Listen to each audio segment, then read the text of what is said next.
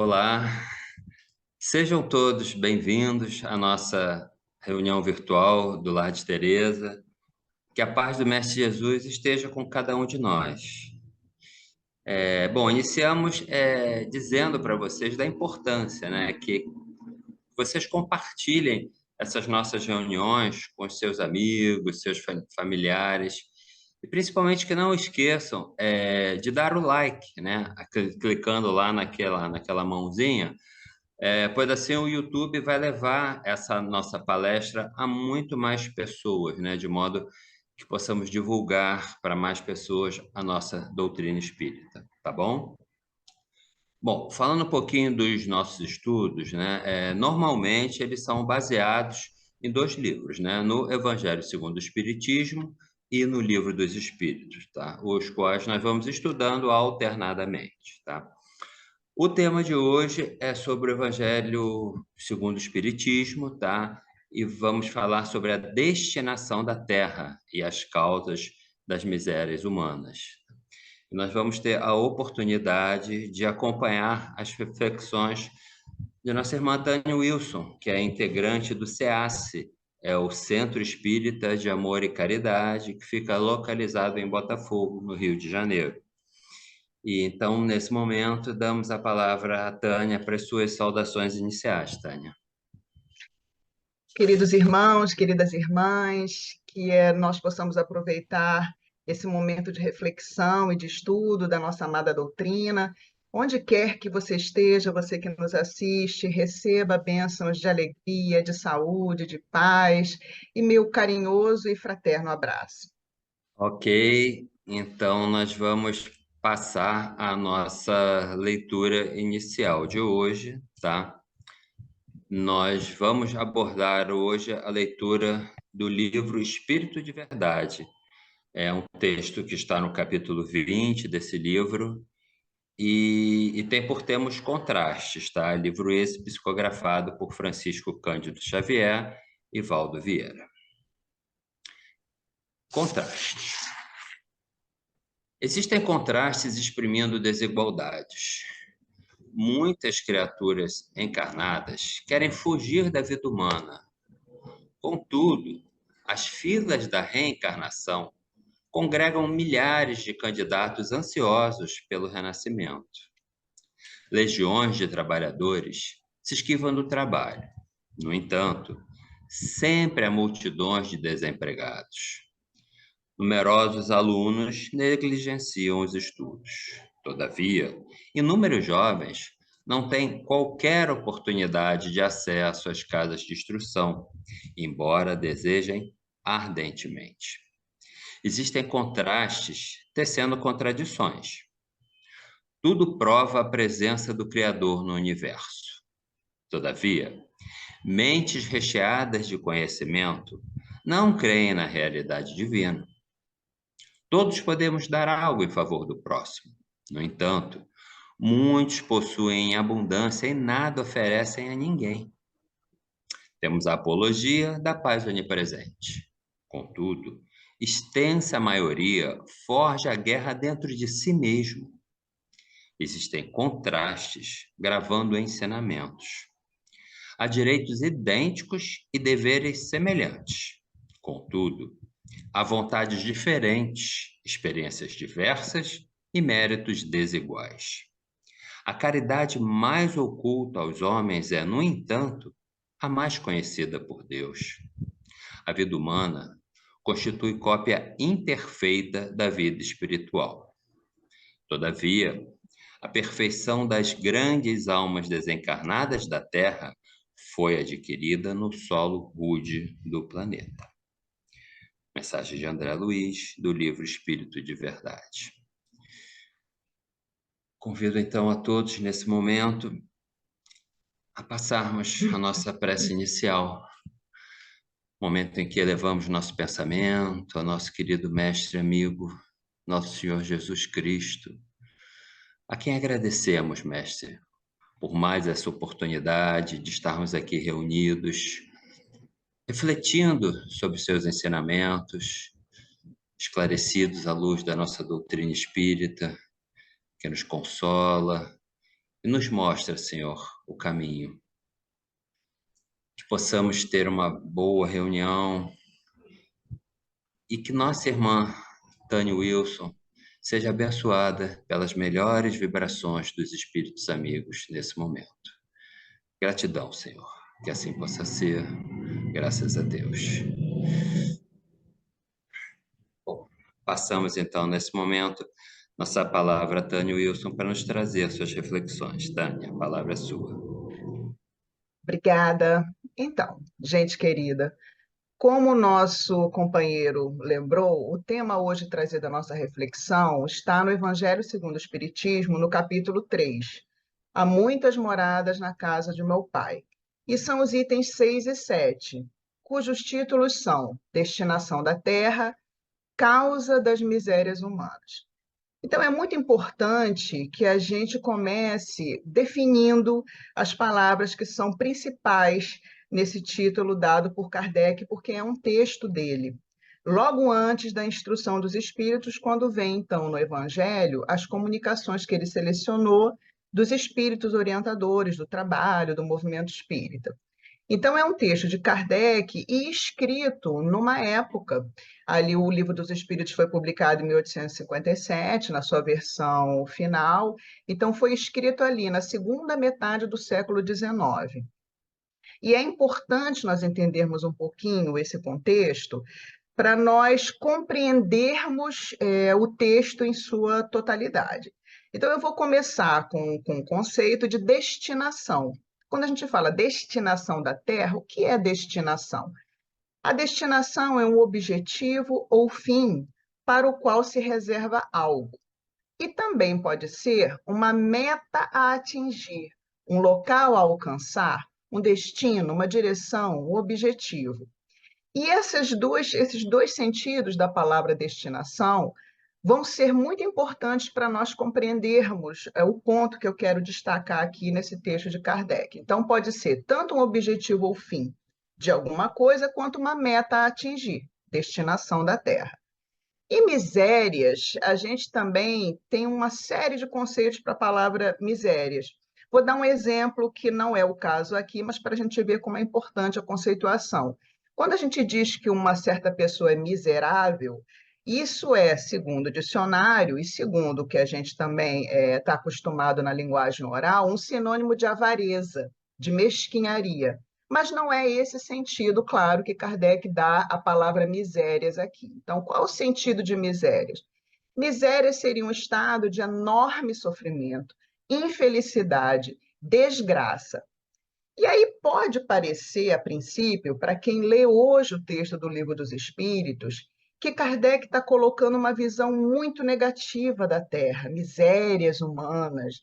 A gente vai ver no texto que ele faz umas analogias, ele usa imagens em relação à Terra um pouco pesadas, se nós formos considerar as características. Eu já vou mostrar aqui o que eu destaquei do texto para que isso fique mais claro. E é aqui, então, depois de ver o conceito de destinação e de misérias, que é importante a gente trazer a parte histórica, o contexto de época. Então, vejam, naquele século XIX, Allan Kardec estava em Paris, que podia ser considerada, à época, na Europa, uma cidade progressista, uma cidade já com uma série de características urbanas, uma série de avanços em construções, talvez no remodelamento ali social, da parte arquitetônica. Porém, naquela segunda metade do século XIX, Paris também era, como todas as cidades da Europa, um lugar insalubre, um lugar que tinha inclusive um odor fétido, porque não havia o saneamento básico, como depois, já no século XX, começou a ser implementado de uma forma mais completa, e grandes descobertas na área da saúde, por exemplo, ainda não haviam sido feitas. Então, de fato, a vida lá naquele século XIX ainda era uma vida muito difícil, ainda era uma vida de muitas misérias, de muito sofrimento, de muita infelicidade. Epidemias de tifo, epidemias de cólera. Para vocês terem uma ideia, a primeira intervenção cirúrgica com anestesia geral ocorreu apenas em 1846 na Europa. A descoberta do antibiótico, da penicilina, por Alexandre Fleming, Kardec não viu, só foi acontecer em 1928. E o que quer dizer isso? Que, considerando só a parte da saúde física, ter um adoecimento naquela época, havia um acréscimo de não se ter recursos que a gente tem hoje tão naturalmente. Então, ninguém imagina passar por uma cirurgia sem uma anestesia, mas era comum naquela época, né?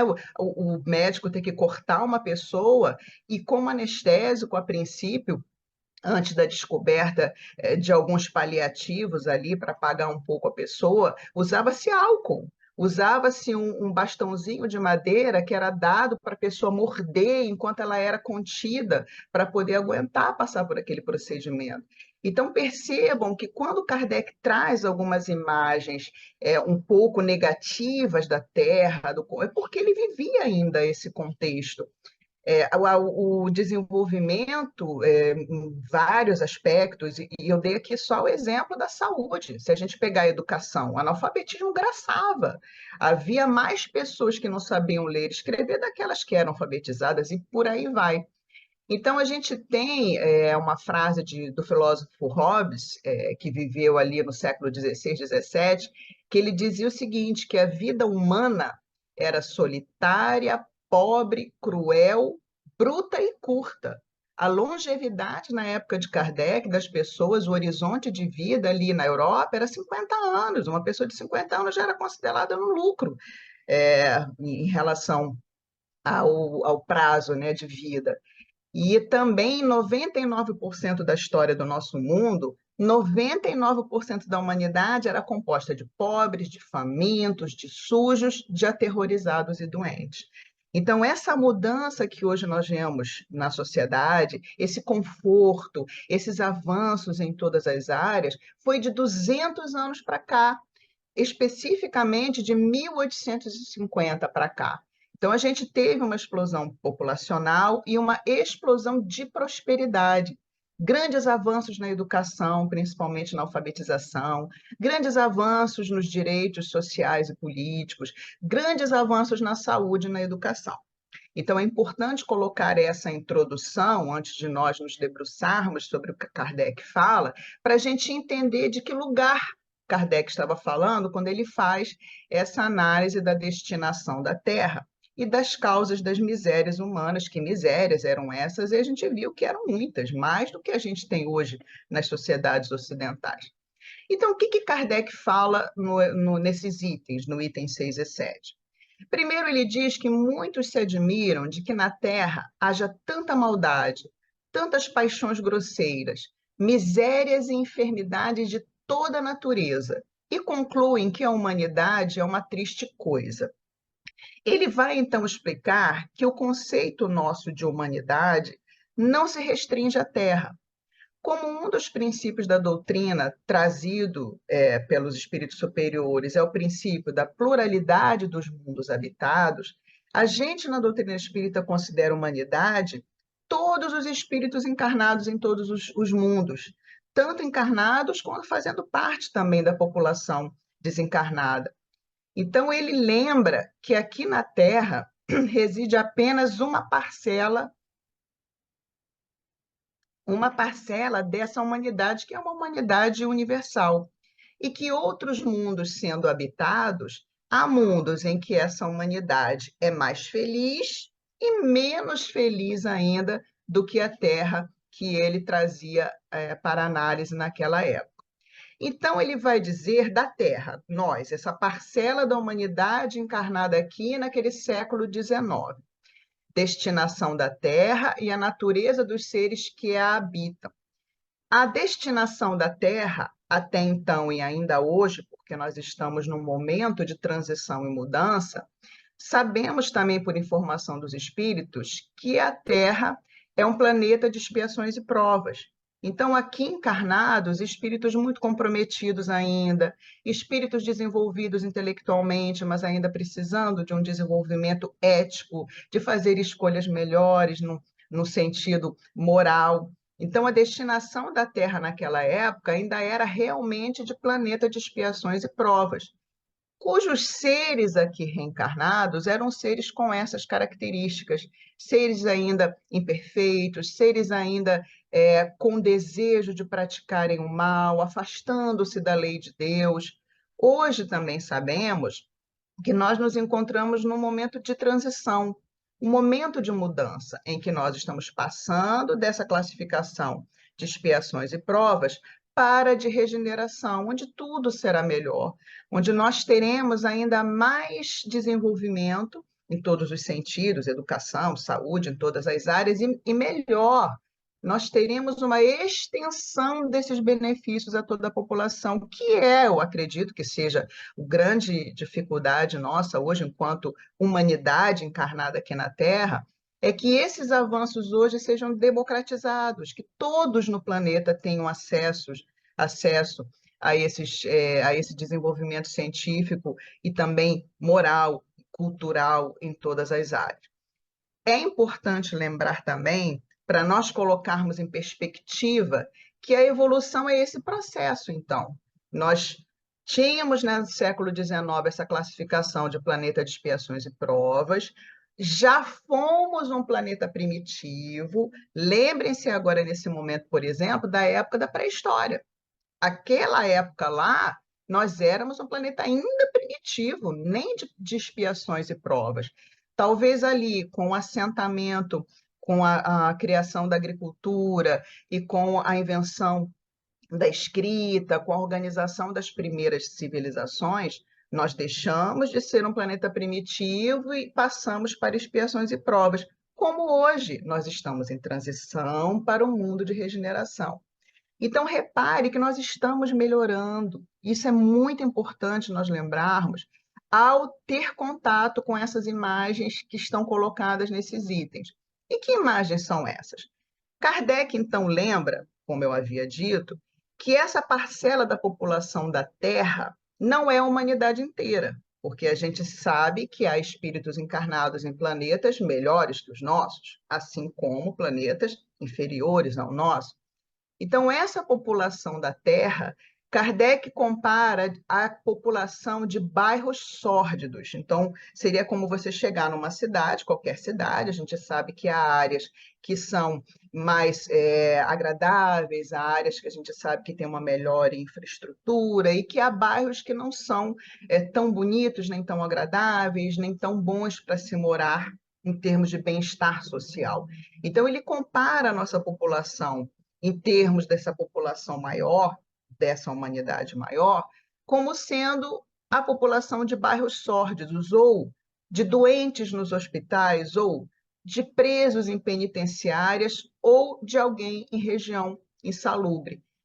Segundo Kardec, se alguém viesse à Terra e entrasse, aliás, se alguém chegasse a uma cidade e entrasse só num hospital, só conheceria pessoas doentes. Se chegasse nessa cidade e fosse visitar apenas uma penitenciária, só veria criminosos ali cumprindo pena. Se fosse a uma região insalubre, só veria sofrimento, doenças, um ambiente muito desagradável de se morar. Então, ele compara a Terra trazendo essas imagens. E aí, para a gente não imaginar que isso nos coloca numa posição muito negativa, é importante lembrar tudo isso que foi dito até agora. Naquela época, Paris era, de fato, né, em todas as características. Imaginem que se Paris era assim, como seriam as outras regiões. Então, Kardec faz essas comparações tendo em vista aquela realidade. De lá para cá, muita coisa melhorou. De 200 anos para cá, nós temos uma outra realidade. Paris hoje é tida, né? As pessoas gostam de falar que é cidade-luz, e a gente vê que hoje lá, tanto em termos sociais como em termos de infraestrutura, é uma outra Paris, diferente da Paris do século XIX, uma Paris melhor em termos de sua constituição enquanto cidade. Então, Kardec usa essas expressões, mas ele usa em função daquele contexto, que não é mais o contexto de agora. E ele também diz assim, que o homem deixará a terra quando estiver curado de suas enfermidades morais. Mas percebam que não necessariamente a gente vai ter que deixar a terra. Nós podemos continuar aqui como nós estamos colaborando nesse processo de melhoria constante e ainda estando aqui na Terra, aproveitando as oportunidades de aprendizagem, de desenvolvimento que a Terra, que a Terra nos dá, que nós podemos usufruir aqui. É muito conhecido no movimento espírita o caso de Bezerra de Menezes. Acredito que todos e todas que nos escutam devem ter algum conhecimento, mas é importante trazer aqui novamente. Bezerra, é dito, ele teve a oportunidade, quando ele desencarnou, em função de toda a sua vida, de todo o seu desenvolvimento espiritual até então, de ir para um planeta superior à Terra. E ele não quis, ele preferiu continuar aqui colaborando no progresso da humanidade, aqui encarnada nesse planeta, e próximo de seus afetos. Então vejam que bonito isso, né? Quantos de nós também não fariam uma escolha semelhante, tendo oportunidade? Não, eu quero ficar para colaborar. Então é muito, muito importante para nós não nos sentirmos assim pessimista, para nós não nos sentirmos emocionalmente dentro de um humor mais negativo, que a gente lembre disso tudo, que é processo, que nós estamos melhorando, que as coisas estão se fazendo e que nós, cada um de nós, tem uma parcela de contribuição para dar. É importante lembrar, então, que nós estamos hoje na Terra vivendo um período de confusão, que é típico esse período quando ocorrem intensas transformações.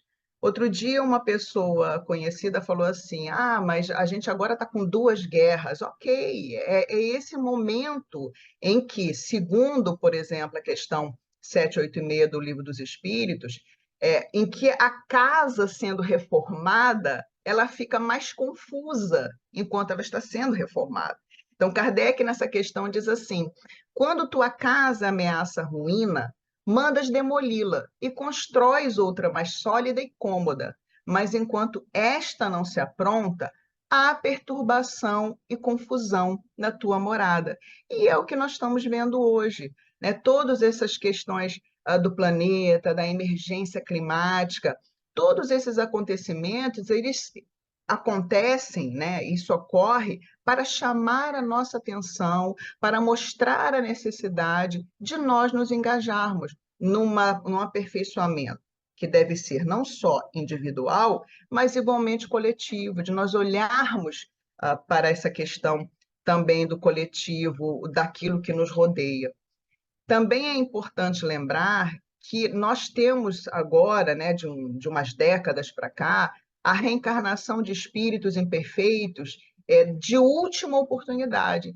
Então, são espíritos renitentes no mal, são espíritos que ao longo dos séculos não quiseram se modificar moralmente e que estão encarnando para ter uma última oportunidade na Terra, antes que, não aproveitando essa oportunidade, eles acabem tendo que ir para um outro ambiente mais propício às suas características individuais de aprendizagem.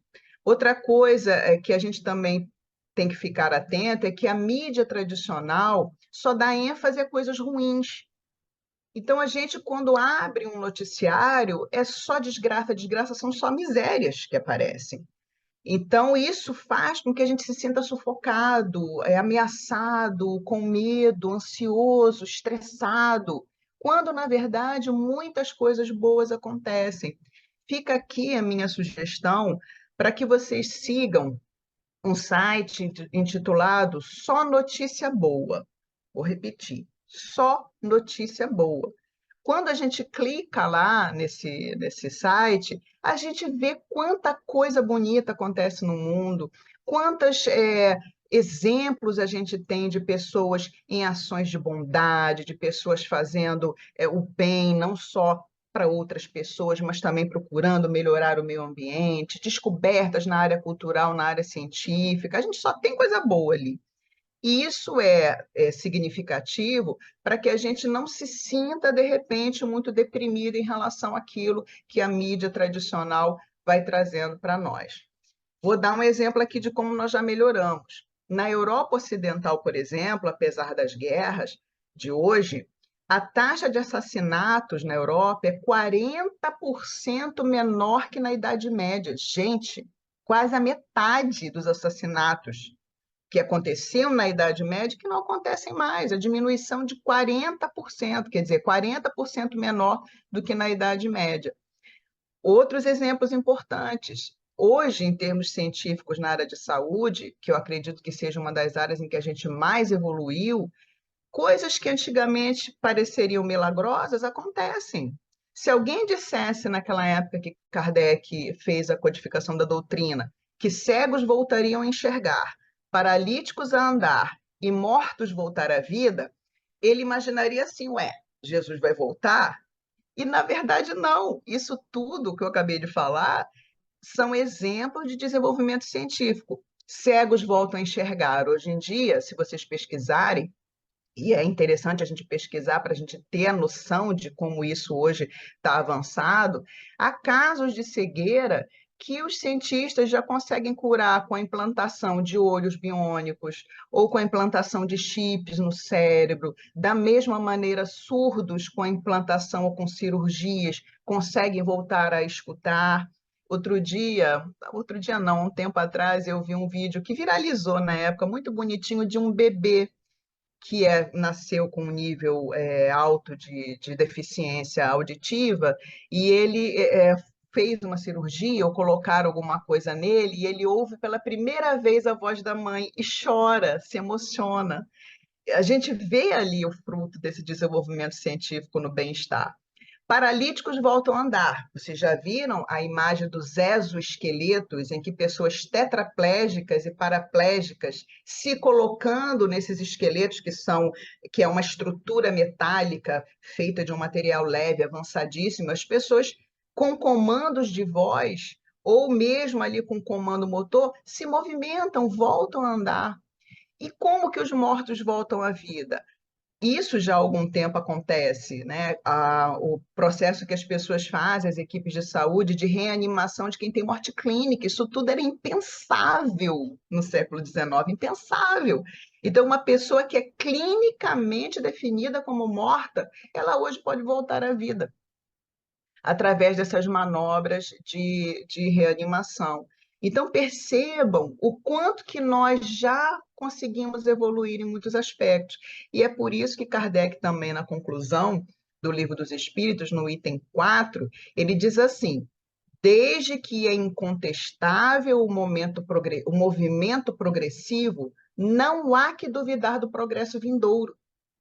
Então, diante dessas notícias ruins que a gente recebe, diante das coisas que a gente vê muitas vezes no dia a dia, vamos respirar fundo. Respirem fundo e lembrem-se disso, é incontestável o movimento progressivo. Não duvidemos desse progresso vindouro, não nos deixemos abater emocionalmente por aquilo que a gente escuta. Vamos fazer a nossa parte, vamos procurar boas notícias para que a gente se empodere interiormente e consiga melhorar e contribuir para esse movimento. Também no texto As Aristocracias em Obras Póstumas, Kardec volta dizendo, num texto dele: responderemos terminantemente, sim, não só é possível o progresso, como se implantará por ser inevitável. O progresso é inevitável. O que nós temos que fazer? Nós temos que, primeiro, colocar isso tudo sob perspectiva, fazendo uma retomada, um apanhado do que foi dito, né? Entender que aquele contexto em que Kardec usou essas imagens, né, de hospital, de penitenciária, de regiões insalubres, isso tudo já se modificou, nós já progredimos muito de lá para cá, em todos os sentidos, em todos os aspectos que vocês possam considerar. É importante lembrar que o momento que nós estamos vivendo é um momento de crise, né? E a crise define o futuro. Na crise, tudo fica um pouquinho tumultuado, mas o resultado final será melhor, como em todos os momentos de crise, todos nós aprenderemos, cresceremos. E nós temos que, e também é um chamado, e é o principal aqui, que fazer a nossa parte, que é esse e agora José e agora Maria, que eu gosto de falar. O que que isso tudo tem a ver comigo, com você que nos assiste, com todos nós? Nós temos então que olhar positivamente esse progresso da nossa Terra e fazer a nossa parte. Então, valorizemos o planeta, valorizemos a natureza, coisas pequenas que a gente pode fazer. Quem aí que ainda não recicla o lixo? Eu vou dar um exemplo meu. Aqui em casa somos duas pessoas. Toda semana eu tenho um saco grande de lixo reciclável que a gente vai, né, usando, descartando ali, porque há uma coleta seletiva aqui no Rio de Janeiro. Se você reside em alguma cidade que não tem essa coleta seletiva, certamente existe uma cooperativa de catadores que a gente pode procurar e levar esse lixo, ou então entrar em contato, eles vão buscar. Então, vamos valorizar o planeta, a natureza, vendo o que que a gente pode fazer no cotidiano, observar, gente, a beleza de tudo que nos cerca. Vamos procurar ter um contato maior com o ambiente natural, nos sentirmos ligados a tudo aquilo que pulsa, tudo aquilo que existe.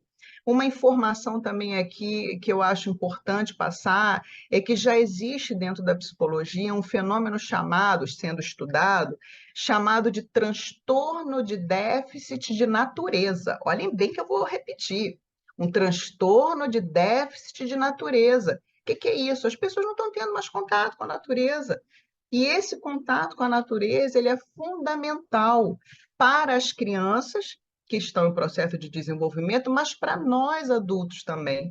Essa fonte que eu li já há um tempo atrás, um livro de psicologia positiva, aconselha-nos o que eles chamam de tomar um banho de árvore. O que é tomar um banho de árvore? Procure um parque, procure um jardim, caminhe, respire fundo, faça uma oração, agradeça a bênção de estar encarnado, agradeça as bênçãos das oportunidades que chegam de crescimento, de aprendizagem. E às vezes essas oportunidades, claro, chegam em forma de problemas, de desafios que nos incomodam, mas que é para a gente aproveitar e fazer o melhor com elas. Então, se você mora numa região praiana, vá caminhar cedinho na praia, que cedinho a gente sabe que é mais tranquilo. Toda cidade tem um parque, tem um jardim em que a gente pode ter esse contato. Sinta-se ligado à natureza, maravilhe-se com a natureza, sinta que tudo vai ficar bem, deixe que esse otimismo, que na verdade é a mensagem, a grande mensagem da doutrina espírita, esse progresso constante, esse desenvolvimento em direção à felicidade, em direção à perfeição. E para terminar, eu trago aqui uma historinha que está num livro só de histórias bonitas também, deixa eu até ver o título, depois eu vou passar para colocar no cartaz, Histórias para Aquecer o Coração. É um textinho de Fred Lloyd Cochrane, que eu acredito que em algum momento eu já tenha falado, porque é um texto que fez muito sentido para mim. Eu já procurei, depois de ler essa historinha, eu já procurei fazer, eu fico atenta no dia a dia para ficar observando esses momentos. E vocês vão entender que momento que é esse. Então, esse autor, que é dos Estados Unidos, ele conta que ele estava em Chicago na época do Natal, então muito frio, neve, as pessoas naquela correria do Natal, fazendo compras, para comprar os presentes, para ajeitar todo mundo naquela correria, e ele então, em Chicago, subiu numa praça, se encostou numa estátua, numa escadaria que havia ali, então ele se encostou e ficou observando o movimento das pessoas. Quando ele olha para o céu, ele vê uma revoada de gansos. Aquela revoada em que os gansos, em função do frio, estão migrando para um lugar mais quente.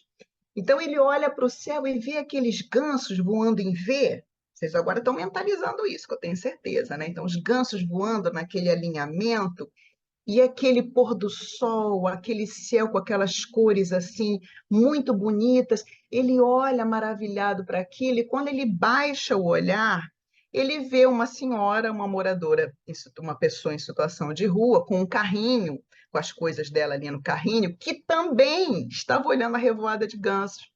Então, o olhar dos dois se cruzam naquele olhar, um passa para o outro a alegria de terem testemunhado um milagre da natureza, né? Quer dizer, os pássaros se movimentando naquela estrutura, naquele pôr do sol, um momento muito bonito, ali, disponível para todos. E, para espanto desse escritor, ele diz então que depois daquele olhar em que eles viram a bênção que eles tiveram oportunidade de observar, ela então abaixa os olhos e murmura: Deus me estraga com mimos. Deus me estraga com mimos.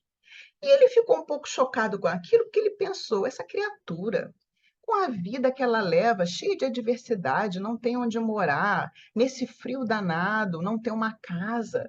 Como que ela diz isso? E aí ele, na conclusão da história, ele fala: não, porque ela é uma pessoa que ainda vivendo a vida com tanta dificuldade, com tantos problemas, ela ainda consegue se maravilhar. Então, para ela, aquela revoada de gansos era o presente de Natal. Para ela, a revoada de gansos e aquele espetáculo da natureza era a lembrança da existência de Deus, era a lembrança da providência divina. E aí, no finalzinho da história, ele coloca assim: eu a invejo.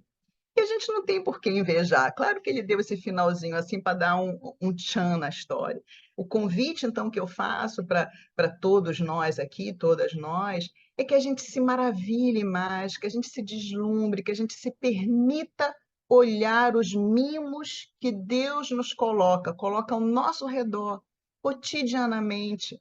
E nós muitas vezes não observamos, não conseguimos olhar, porque nós estamos excessivamente concentrados naquilo que é negativo, naquilo que é dificultoso para nós.